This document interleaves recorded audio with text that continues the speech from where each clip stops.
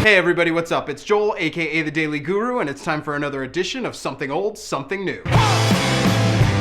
Today for Something Old, we're going to check out one of those records that's never far from me. It's from 1971, and it's Alice Cooper's Love It to Death. The reality is, between 1971 and 1974, Alice Cooper and his band released a quartet of absolutely flawless records, and one can easily argue any of these four is their finest, so in a way, it comes down to personal preference. For me, the reason why Love It to Death stands out from the rest is that this is where you really hear the band start to solidify their new sound. It's in this record that you hear them taking those parts from their early, more psychedelic sound and blending them into that kind of darker hard rock sound that would define their later career, and on this album the balance is absolutely perfect. You also can't overlook the fact that it's this record where producer Bob Ezrin comes on board, and once you hear this and his work on their subsequent records, you realize just how important he was to the overall sound of this group. The songs on this record have a massive range, from the mid-tempo burn of I'm 18 to the all-out rock of Long Way to Go, and that song is without question one of the greatest hard rock songs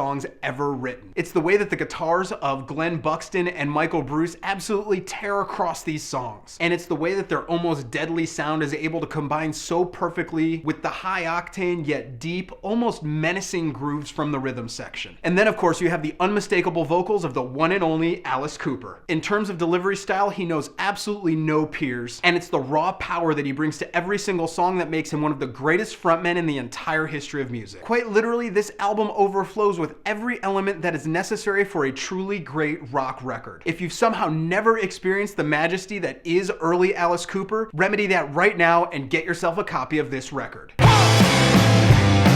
Alright everybody, today for something new, we're going to check out the brand new release from the Little Willies, and it's called For the Good Times. Now if you're not familiar with who the Little Willies are, I'm going to let you in on a secret. You need to stop this video right now and go grab their self-titled record. Much like their first record, this one is filled with a bunch of slow, beautiful ballads that are mixed in with some really fun, upbeat, bouncing tunes. But the band decided to keep the lineup the exact same, and the entire idea of this being a full group effort sounds just as good the second time around. That small dose of country twang that the group perfectly nailed on their first album is just as present on this record, and to put it simply, this is exactly what everybody who loved that first album would want to hear. It's the way that the almost dangerous guitars on Diesel Smoke Dangerous Curves mix so perfectly with the breathtaking Lovesick blues that makes this group so fantastic. On every single song, the Little Willies strip away everything that is unnecessary, and all that's left is sheer musical beauty with an allure and a power that's beyond the reach of any other band on the planet today. It's the mixture of different attitudes, different song styles, the way that the various voices play with one another, and just the way that this band is so generous, letting every single instrument have its place on the album,